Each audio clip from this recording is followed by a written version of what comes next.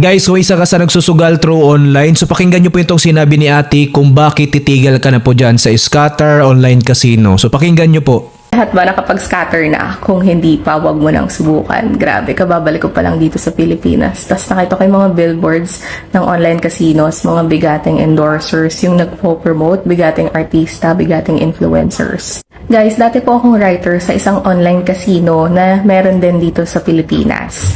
And hindi po ako directly hired ng casino. Part po ako ng isang marketing agency na nagpo-provide ng services doon sa online casino. Pinaka-pinapagawa po sa akin noon as a writer is magsulat po ng scripts ng fake stories of people na nananalo doon sa online casino para po manghikayat ng ibang tao na sumugal. Kasama rin po sa ginagawa ng marketing agency ay mag-post po ng social media videos kung saan pinapakita na yung mga tao ay nananalo doon sa online casino na nilalaro nila. So kung may nakikita po kayong mga video sa social media ninyo kung saan yung mga tao ay nananalo habang naglalaro sila, most likely scripted po yun. Hindi kinaya ng konsensya ko yung trabaho ko noon. On one hand, masaya ako as a writer kasi creative talaga yung pinapagawa sa akin. Mga scripts, ganun. Gusto ko yung mga creative work.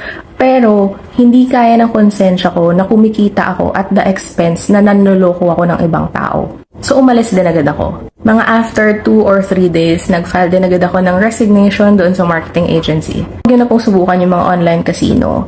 Yung mga tigpipiso-piso na sugal na yan, hindi nyo namamalayan, lumalaki na yung sinusugal ninyo. Tapos ikasisira rin yan ng pamilya ninyo. Mababaon kayo sa utang.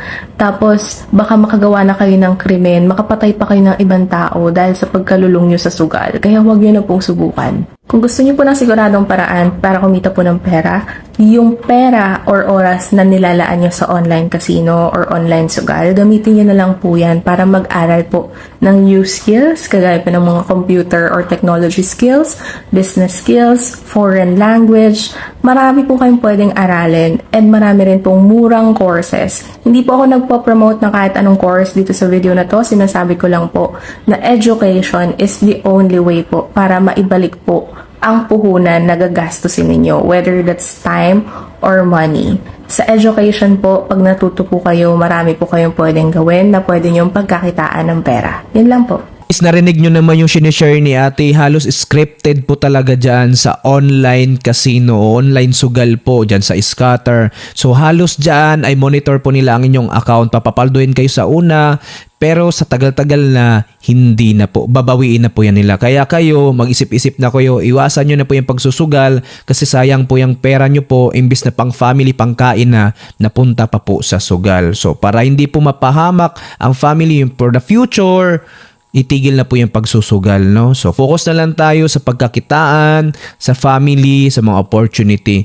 So, yun lang po. Maraming salamat. God bless.